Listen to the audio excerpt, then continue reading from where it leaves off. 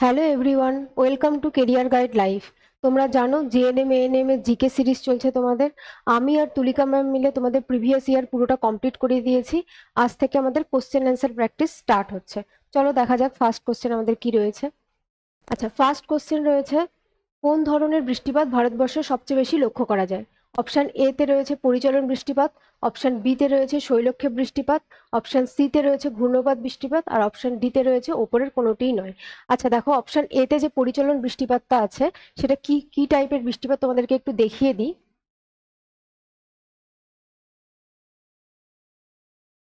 আচ্ছা, সূর্যের তাপে জল বাষ্পীভূত হয়, ঠিক আছে? সূর্যের তাপে জল বাষ্পীভূত হয়, এই জলীয় বাষ্পপূর্ণ বায়ু কি হয়, হালকা হয়, ঠিক আছে? এবার এই জলীয় বাষ্পটা যখন ওপরে যাচ্ছে, ওপরে গিয়ে ঘূর্ণীভূত হচ্ছে, ঘূর্ণীভূত হয়ে বৃষ্টিপাত আকারে আবার ভূপৃষ্ঠে নেমে আসছে। এই যে টোটাল পদ্ধতি, এই পদ্ধতিটাকে বলা হয় পরিচলন বৃষ্টিপাত। আচ্ছা, এই পরিচলন বৃষ্টিপাতের জন্য মেনলি তাহলে দেখছো তোমরা দুটো উপাদানের দরকার হচ্ছে, একটা সূর্যালোক আর একটা হচ্ছে জল বা জলাভূমির। তো যেহেতু নিরক্ষীয় অঞ্চলে আমাদের এই দুটো উপাদানই সব থেকে বেশি পাওয়া যায়, মানে তোমরা জানো যে নিরক্ষরেখার ওপর সূর্য সারা বছর লম্বভাবে কিরণ দেয়, আর এখানে জলাভূমির পরিমাণও বেশি, তাই এই পরিচলন বৃষ্টিপাত নিরক্ষীয় অঞ্চলে সবচেয়ে বেশি দেখা যায়, ঠিক আছে? আচ্ছা, অপশন বি তে যেটা রয়েছে সেটা হচ্ছে শৈলক্ষেপ বৃষ্টিপাত। আচ্ছা, শৈলক্ষেপ বৃষ্টিপাতটা কি, একটু তোমাদেরকে ছবি আঁকিয়ে দেখিয়ে দিচ্ছি। আচ্ছা, ধরো এটা পাহাড়, ঠিক আছে, আর এটা জলাভাগ। আচ্ছা, বায়ুমণ্ডলটা যখন এই দিক দিয়ে প্রবাহিত হচ্ছে, তখন এই বায়ুতে জলীয় বাষ্পের পরিমাণ বেশি রয়েছে। এটা যখন পর্বতের এই ঢালে বাধাপ্রাপ্ত হচ্ছে, তখন এই জলীয় বাষ্পপূর্ণ বায়ু এই বরাবর উঠে গিয়ে এখানে ঘূর্ণীভূত হয়, ঠিক আছে? ঘূর্ণীভূত হয়ে এই ঢাল বরাবরই বৃষ্টিপাত ঘটায়। তো আমাদের যে ঢাল বরাবর বৃষ্টিপাত ঘটাচ্ছে সেটাকে আমাদেরকে বলা হয় অনুবাদ ঢাল, ঠিক আছে? অনুবাদ ঢাল। আর অপোজিট যে ঢালটা সেটাকে বলা হয় প্রতিবাদ ঢাল। আচ্ছা, প্রতিবাদ ঢাল। এখানে বৃষ্টিপাত ঘটানোর পরে যখন আমাদের মেঘটা এখানে যাচ্ছে, তখন কিন্তু বায়ুতে জলীয় বাষ্পের পরিমাণ সেরকমটা থাকছে না। ফলে এখানে কি হচ্ছে, রেন শ্যাডো, রেন শ্যাডো বা বৃষ্টির ছায়া অঞ্চলের সৃষ্টি হচ্ছে। তো আমাদের মেন যেটা শৈলক্ষ বৃষ্টিপাতে সেটা হচ্ছে জলীয় বাষ্পপূর্ণ বায়ু পর্বতে যে ঢালে বাধাপ্রাপ্ত হচ্ছে সেখানে প্রচুর পরিমাণে বৃষ্টিপাত ঘটাচ্ছে, তার বিপরীত ঢালে বৃষ্টিপাতের পরিমাণটা খুবই স্বল্প বা বৃষ্টির ছায়া অঞ্চলের সৃষ্টি করছে। তো এটাই হলো শৈলক্ষেপ বৃষ্টিপাত। আচ্ছা চলো দেখা যাক ঘূর্ণপাত বৃষ্টিপাতটা কি। ঘূর্ণপাত বৃষ্টিপাতটা দেখো, ঘূর্ণপাত বৃষ্টিপাতটা হলো, ধরো কোনো আহ উষ্ণতার তারতম্যের কারণে কোনো অঞ্চলে আমাদের গভীর নিম্নচাপের সৃষ্টি হলো, ঠিক আছে? এই অঞ্চলটাতে ধরো গভীর নিম্নচাপের সৃষ্টি হলো। তো বায়ুর হচ্ছে প্রধান একটা বৈশিষ্ট্যই হলো বায়ু সবসময় নিম্নচাপ উচ্চচাপ অঞ্চল থেকে নিম্নচাপের অঞ্চলের দিকে ছুটে আসে, ঠিক আছে? এখানে দেখা গেল লো প্রেশার আমরা দেখছি, নিম্নচাপের সৃষ্টি হচ্ছে, চারপাশ থেকে উচ্চচাপ অঞ্চল থেকে বায়ু কি হচ্ছে এই নিম্নচাপ অঞ্চলের দিকে ছুটে আসছে। তখন কি হচ্ছে, সেখানে এইরকম ঘূর্ণবাতের সৃষ্টি হচ্ছে। এখানে জলীয় বাষ্পপূর্ণ বায়ু যেহেতু হালকা, ধীরে ধীরে সেটা কি হচ্ছে, ওপরের দিকে উঠে যাচ্ছে। ওপরের দিকে উঠে গিয়ে সেটা ঘূর্ণীভূত হয়ে বৃষ্টিপাত তো ঘটাচ্ছে, আর ঘূর্ণপাতের কারণে সেখানে প্রচুর পরিমাণে জোরে বায়ুটা প্রবাহিত হচ্ছে, ঠিক আছে? এই ঘূর্ণবাতটা দেখবে তোমরা লক্ষ্য করে, সেটা উপকূলবর্তী অঞ্চলে বেশি দেখতে পাওয়া যায়। যেমন তোমরা মাঝে মাঝেই দেখবে যে উড়িষ্যা উপকূলে এই ঘূর্ণিঝড় আছড়ে পড়ছে, ওই ঘূর্ণিঝড় আছড়ে পড়ছে, ঠিক আছে? আবার দেখবে নর্থ চব্বিশ পরগনা আমাদের, বা দেখবে পূর্ব মেদিনীপুর এই সাইডে কিন্তু এই ঘূর্ণবাত বৃষ্টিপাতটা বেশি লক্ষ্য করা যায়, ঠিক আছে? আচ্ছা, আমাদের এখানে কোশ্চেন যেটা আছে সেটা হচ্ছে কোন ধরনের বৃষ্টিপাত ভারতবর্ষে বেশি লক্ষ্য করা যায়।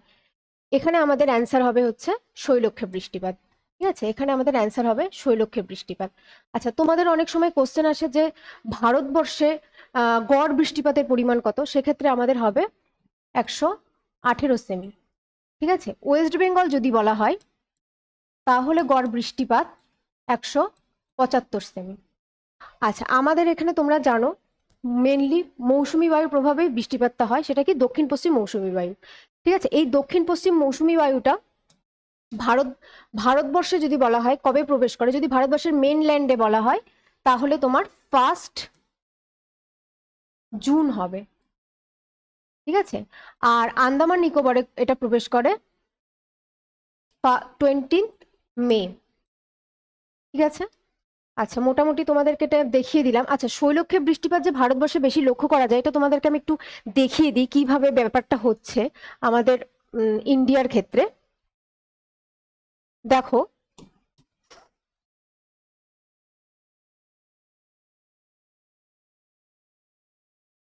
আচ্ছা এটা তোমরা জানো অ্যারাবিয়ান সি,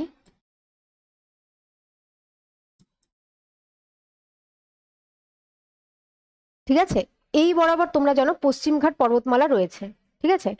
এবার এখান থেকে যখন আমাদের দক্ষিণ পশ্চিম মৌসুমী বায়ুটা যাচ্ছে, তখন এই পশ্চিমঘাট পর্বতের পূর্ব ঢালে বাধাপ্রাপ্ত হচ্ছে এই জায়গাটা। কারণ তোমরা জানো এটা নর্থ, এটা সাউথ, এটা ইস্ট, এটা ওয়েস্ট, ঠিক আছে। তো এই বরাবর যাচ্ছে মানে কি, সাউথ ওয়েস্টার্ন মানে দক্ষিণ পশ্চিম মৌসুমী বায়ু। এই দক্ষিণ পশ্চিম মৌসুমী বায়ু কি হচ্ছে, পশ্চিমঘাট পর্বতের পূর্ব ঢালে বাধাপ্রাপ্ত হয়ে এই বরাবর কিন্তু প্রচুর বৃষ্টিপাত ঘটাচ্ছে। বায়ুটা যখন এইখানে যাচ্ছে তখন কিন্তু বায়ুতে জলীয় বাষ্পের পরিমাণটা কমে যাচ্ছে, সেক্ষেত্রে এই অঞ্চলে কি হচ্ছে, বৃষ্টির ছায়া অঞ্চলের সৃষ্টি হচ্ছে। আচ্ছা, এখান থেকে মোটামুটি যেটা যেটা বলার আমি পুরোটা তোমাদের বলে দিয়েছি। আশা করা যায় এই রিলেটেড কোনো কোশ্চেন আসলে তোমাদের কোনো অসুবিধা হবে না। চলো নেক্সট কোশ্চেনে যাওয়া যাক। আচ্ছা, নেক্সট কোশ্চেন বলেছে কোন গ্যাসটি আলোক প্রদানকারী গ্যাস হিসেবে ব্যবহৃত হয়। অপশন এ তে রয়েছে প্রোপেন, অপশন বি তে রয়েছে ইথিন, অপশন সি তে রয়েছে অ্যাসিটিলিন, আর অপশন ডি তে রয়েছে ইথাইন। আচ্ছা, এখানে বলেছে আলোক প্রদানকারী, সেক্ষেত্রে আমাদের অ্যান্সার হবে প্রোপেন, ঠিক আছে, প্রোপেন। তোমরা সবাই দেখেছো যে আমাদের বাড়িতে এলপিজি গ্যাস দ্বারা কি হয়, রান্নার কাজে লাগে, সেটা সেটা কিন্তু এই প্রোপেন থাকে সেটাতে, ঠিক আছে। প্রোপেনের সংকেতটা যদি দেখো C3H8, ঠিক আছে। আচ্ছা, তোমাদের অনেক সময় দেখবে কোশ্চেন আসে অক্সি অ্যাসিটিলিন শিখা, যেটা তোমাদের ঝালাইয়ের কাজে ব্যবহার করা হয়, বিভিন্ন লোহা বা ইস্পাত কারখানায় দেখবে ঝালাইয়ের কাজে ব্যবহার করা হয়, সেটা তাপমাত্রাটা আসে, ঠিক আছে, অক্সি অ্যাসিটিলিন শিখা, সেটা তাপমাত্রাটা তোমার 3000 থেকে 3500 ডিগ্রি সেলসিয়াস, ঠিক আছে। চলো নেক্সট কোশ্চেন দেখা যাক কি আছে। নেক্সট কোশ্চেন আছে শাহজাহানের মতি মসজিদ কোথায় নির্মাণ করেন। আচ্ছা, শাহজাহান মতি মসজিদ কোথায় নির্মাণ করেন। অপশন এ তে রয়েছে দিল্লি, অপশন বি তে রয়েছে আগ্রা, অপশন সি তে রয়েছে জয়পুর, আর অপশন ডি তে রয়েছে অমরকোট। টোটাল 3টে মতি মসজিদ রয়েছিল, একটা দিল্লিতে রয়েছে, একটা আগ্রাতে রয়েছে, আর একটা তোমাদের কোথায় রয়েছে, আর একটা তোমাদের রয়েছে হলো লাহোরে। তো যেটা শাহজাহান নির্মাণ করে সেটা তোমার আগ্রাতে, ঠিক আছে। আচ্ছা, দিল্লির যে মতি মসজিদ, দিল্লির মতি মসজিদটা নির্মাণ করেছিলেন ঔরঙ্গজেব। আর যেটা তোমাদের হচ্ছে লাহোরের মতি মসজিদ, সেই লাহোরের মতি মসজিদটা নির্মাণ করেছিলেন জাহাঙ্গীর। আচ্ছা, শাহজাহানের টাইমে প্রচুর পরিমাণে স্থাপত্য শিল্পের উন্নতি ঘটেছিল মোগল যুগে, তোমরা সবাই জানো, তাই একে প্রিন্স অফ বিল্ডার্স বলা হয়ে থাকে, ঠিক আছে, প্রিন্স অফ বিল্ডার্স বলা হয়ে থাকে। আর আমাদের জাহাঙ্গীরের টাইমে মোগল আহ, আহ, যুগে আর কি অনেক হচ্ছে উন্নতি ঘটেছিল কিসে, তোমার চিত্রশিল্পে বহু উন্নতি ঘটেছিল, ঠিক আছে। তাহলে যদি বলা হয় যে স্থাপত্য শিল্পে কার আমলে সবচেয়ে বেশি উন্নতি ঘটে, সেক্ষেত্রে হবে আমাদের শাহজাহান। আর যদি বলে চিত্রশিল্পে সবচেয়ে বেশি অগ্রগতি বা উন্নতি ঘটেছিল কার সময়, সেক্ষেত্রে হবে জাহাঙ্গীর। চলো নেক্সট কোশ্চেনে যাওয়া যাক। নেক্সট কোশ্চেন দেখো কি বলেছে, নোবেল পুরস্কার অর্জনকারী প্রথম ভারতীয় কে। অপশন এ তে রয়েছে রবীন্দ্রনাথ ঠাকুর, অপশন বি তে রয়েছে অমর্ত্য সেন, অপশন সি তে রয়েছে সিভি রমন, আর অপশন ডি তে রয়েছে বিনোবা ভাবে। আচ্ছা, রবীন্দ্রনাথ ঠাকুর যিনি সাহিত্যে নোবেল পেয়েছিলেন, এনার সালটা যত সালে পেয়েছিলেন সেটা হচ্ছে 1913, ঠিক আছে। অমর্ত্য সেন যিনি অর্থনীতিতে নোবেল পেয়েছিলেন, এনার সালটা হলো 1998। আর সিভি রমন যিনি পদার্থবিদ্যায় নোবেল পেয়েছিলেন, তার সালটা হলো 1930। আচ্ছা, বিনোবা ভাবে নোবেল পুরস্কার পাননি, তিনি প্রথম রামান ম্যাগসেসে অ্যাওয়ার্ড পেয়েছিলেন, ঠিক আছে। তাহলে দেখো তোমরা 3টে সাল দেখে বুঝতেই পারছো যেটার অ্যান্সার রবীন্দ্রনাথ ঠাকুর হবে। চলো নেক্সট কোশ্চেনে যাওয়া যাক। নেক্সট কোশ্চেন দেখো কি বলেছে, রণথম্বুর ন্যাশনাল পার্ক কোন রাজ্যে দেখতে পাওয়া যায়। অপশন এ তে রয়েছে মধ্যপ্রদেশ, অপশন বি তে রয়েছে মহারাষ্ট্র, অপশন সি তে রয়েছে রাজস্থান, আর অপশন ডি তে রয়েছে উত্তরাখণ্ড, ঠিক আছে। রণথম্বুর ন্যাশনাল পার্ক আমাদের দেখতে পাওয়া যায় রাজস্থানে। আচ্ছা, তোমরা মনে রাখবে আমাদের যে মধ্যপ্রদেশ রয়েছে, মধ্যপ্রদেশে ন্যাশনাল পার্কের সংখ্যা সবচেয়ে বেশি। টোটাল কটা ন্যাশনাল পার্ক রয়েছে এখানে, টোটাল ন্যাশনাল পার্ক রয়েছে 12টা। ঠিক আছে, যেমন এর মধ্যে যদি ধরো ইম্পর্টেন্ট কিছু নাম দিয়ে তোমাদেরকে জিজ্ঞাসা করে যাতে তোমরা বলতে পারো, যেমন তোমার সাতপুরা ন্যাশনাল পার্ক এই মধ্যপ্রদেশে রয়েছে, বান্ধবগড় ন্যাশনাল পার্ক এই মধ্যপ্রদেশে রয়েছে, পেঞ্চ ন্যাশনাল পার্ক এই মধ্যপ্রদেশে রয়েছে, সঞ্জয় ন্যাশনাল পার্ক এই মধ্যপ্রদেশে রয়েছে। ঠিক আছে, মহারাষ্ট্রে কিছু ইম্পর্টেন্ট যেমন তাডোবা ন্যাশনাল পার্ক, এখানে সঞ্জয় বলে আরেকটা ন্যাশনাল পার্ক রয়েছে। ঠিক আছে, তারপর গুগামাল বলে একটা ন্যাশনাল পার্ক মহারাষ্ট্রে রয়েছে। উত্তরাখণ্ডে তোমার রাজাজি ন্যাশনাল পার্ক রয়েছে, গঙ্গোত্রী ন্যাশনাল পার্ক রয়েছে, valley of flower national park রয়েছে। ঠিক আছে, চলো। আচ্ছা, রাজস্থানে আরো কিছু আছে, যেমন ডেজার্ট ন্যাশনাল পার্ক রয়েছে, তারপর সিরিস্কা ন্যাশনাল পার্ক রয়েছে, তারপরে কেওলাদিও ঘানা ন্যাশনাল পার্ক রয়েছে। ঠিক আছে, চলো নেক্সট কোশ্চেনে দেওয়া যাক। আচ্ছা দেখো, বৃহদেশ্বর মন্দির কোন রাজ্যে অবস্থিত? অপশন এ তে রয়েছে উড়িষ্যা, অপশন বি তে রয়েছে তামিলনাড়ু, অপশন সি তে রয়েছে কর্ণাটকা, আর অপশন ডি তে রয়েছে কেরালা। তো বৃহদেশ্বর টেম্পল যেটা, সেটা আমাদের রয়েছে তামিলনাড়ুতে। আচ্ছা, উড়িষ্যায় বেশ কিছু ইম্পর্টেন্ট টেম্পল রয়েছে, তার মধ্যে তোমরা সবাই জানো পুরীর জগন্নাথ টেম্পল, সেটা কিন্তু আমাদের এই উড়িষ্যায় রয়েছে। ঠিক আছে, পুরীর জগন্নাথ টেম্পল কিন্তু খুবই ইম্পর্টেন্ট একটা টেম্পল। আচ্ছা, এছাড়াও রয়েছে তোমার কোনাকের সান টেম্পল, সেটাও কিন্তু আমাদের এই উড়িষ্যাতে রয়েছে। আচ্ছা, তারপরে তুমি বলতে পারো যে এই বৃহদেশ্বরা টেম্পলটা আমাদের ইউনেস্কো ওয়ার্ল্ড হেরিটেজ সাইটে কিন্তু অন্তর্ভুক্ত আছে। এটা হয় 1987 খ্রিস্টাব্দে, ইউনেস্কো ওয়ার্ল্ড হেরিটেজ সাইটে এটার নাম ওঠে। ঠিক আছে, আচ্ছা, তোমাদের আরো কিছু টেম্পল রয়েছে, যেমন তোমাদের বলা যায় নীলকণ্ঠ মহাদেব মন্দির। ঠিক আছে, এটা কোথায় রয়েছে? এটা তোমার উত্তরাখণ্ডে রয়েছে। আবার তোমাদের কিছু আর একটা যেটা বলে সাঁচি স্তূপ, সাঁচি স্তূপ তোমাদের কোথায় রয়েছে? মধ্যপ্রদেশে রয়েছে। ঠিক আছে, তারপরে তোমাদের বলা যেতে পারে সোমনাথ টেম্পল, সোমনাথ টেম্পল তোমাদের কোথায় রয়েছে? গুজরাটে রয়েছে। ঠিক আছে, এগুলো কিছু ইম্পর্টেন্ট যেগুলো আমি বলে দিলাম। চলো নেক্সট কোশ্চেন দেখা যাক। নেক্সট কোশ্চেনে দেখো কি বলেছে। সরীসৃপ নিয়ে আলোচনাকে কি বলা হয়? অপশন এ তে রয়েছে একিস্থিওলজি, অপশন বি তে রয়েছে হার্পেটোলজি, অপশন সি তে রয়েছে অর্নিথোলজি, আর অপশন ডি তে রয়েছে নিউমেরোলজি।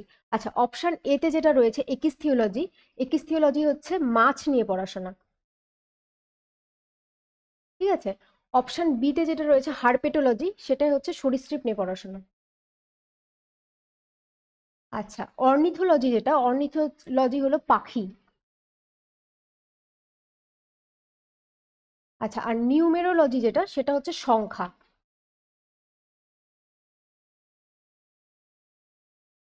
ঠিক আছে, চলো নেক্সট কোশ্চেনে দেখি কি আছে। আচ্ছা, নেক্সট কোশ্চেন দেখো, ভারতের সবচেয়ে বেশি কাপড়ের কল রয়েছে কোথায়? অপশন এ তে রয়েছে আমেদাবাদ, অপশন বি তে রয়েছে মহারাষ্ট্র, অপশন সি তে রয়েছে কানপুর, আর অপশন ডি তে রয়েছে লখনৌ। তো বলেছে, অনেকের এটাতে কনফিউশন হয়ে যায় আর কি, যে কাপড়ের কল বললে আমেদাবাদ দেখে সবাই আমেদাবাদ করে দেয়। ঠিক আছে, আমেদাবাদ নয়, এখানে কাপড়ের কল বলেছে। সেক্ষেত্রে আমাদের রাইট অ্যান্সার হবে কিন্তু মহারাষ্ট্র। ঠিক আছে, এক্ষেত্রে কেন আমেদাবাদ মনে হয়? কারণ তোমরা জানো যে ভারতের ম্যানচেস্টার যদি বলা হয়, সেক্ষেত্রে আমাদের অ্যান্সার হবে আমেদাবাদ। অনেক সময় আসে তোমাদের যে উত্তর ভারতের ম্যানচেস্টার কি, সেক্ষেত্রে আমাদের অ্যান্সার হবে কিন্তু কানপুর। যদি বলা হয় দক্ষিণ ভারতের ম্যানচেস্টার কি, সেক্ষেত্রে আমাদের অ্যান্সার হবে কোয়েম্বাটুর। ঠিক আছে, তাহলে ভারতের ম্যানচেস্টার বললে আমেদাবাদ, উত্তর ভারতের ম্যানচেস্টার বললে কানপুর, আর দক্ষিণ ভারতের ম্যানচেস্টার বললে কোয়েম্বাটুর। আর সবচেয়ে বেশি কাপড়ের কল যদি বলা হয়, তাহলে কিন্তু আমাদের হবে মহারাষ্ট্র। চলো নেক্সট কোশ্চেনে যাওয়া যাক। আচ্ছা দেখো, নেক্সট কোশ্চেনে কি বলেছে। হাইড্রোজেন বোমার জনক কাকে বলা হয়?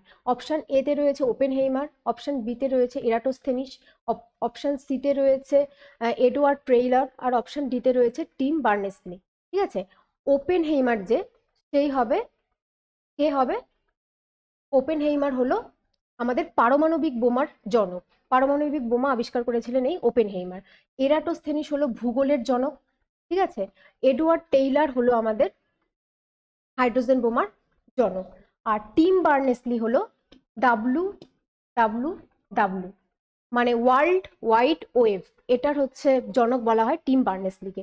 ঠিক আছে, চলো দেখা যাক পরে কি আছে। আচ্ছা, 10 নম্বর কোশ্চেন দেখো, ক্লোরোফিলে কোন মৌল পাওয়া যায়? অপশন এ তে রয়েছে লোহা, অপশন বি তে রয়েছে ম্যাঙ্গানিজ, সরি, বি তে রয়েছে ম্যাগনেসিয়াম, অপশন সি তে রয়েছে জিঙ্ক, আর অপশন ডিতে রয়েছে কোবাল্ট। ঠিক আছে, এখানে লোহা যেটা সবাই জানো হিমোগ্লোবিনের একটা অন্যতম উপাদান। আচ্ছা, ম্যাগনেসিয়াম যেটা সেটা হচ্ছে তোমার ক্লোরোফিলের পাওয়া যায়। আচ্ছা, কোবাল্ট যেটা সেটা তোমরা জানো ভিটামিন বি 12-এর একটি উপাদান। কারণ ভিটামিন বি 12-এর রাসায়নিক নাম আমরা সবাই জানি সাইনোকোবালামিন। সেক্ষেত্রে ভিটামিন বি 12-এ কিন্তু এই কোবাল্ট উপাদানটি পাওয়া যায়। আজকে তোমাদের এই 10টি কোশ্চেনই ছিল, আশা করি তোমাদের ভালো লেগেছে, কারণ আমি কনসেপ্টগুলো ক্লিয়ার করিয়ে করিয়ে দেওয়া তোমাদেরকে চেষ্টা করেছি। ঠিক আছে, তোমরা এইভাবে ভিডিওগুলো পরপর ফলো করতে থাকো, ক্লাস নোট তৈরি করো, সেগুলোকে রিভিশন করো, নিঃসন্দেহে তোমরা একটা ভালো স্কোর করে বেরিয়ে যেতে পারবে। ঠিক আছে, চলো ততদিন ভালো থাকো, সুস্থ থাকো, আর দেখতে থাকো career guideline. Thank you for watching.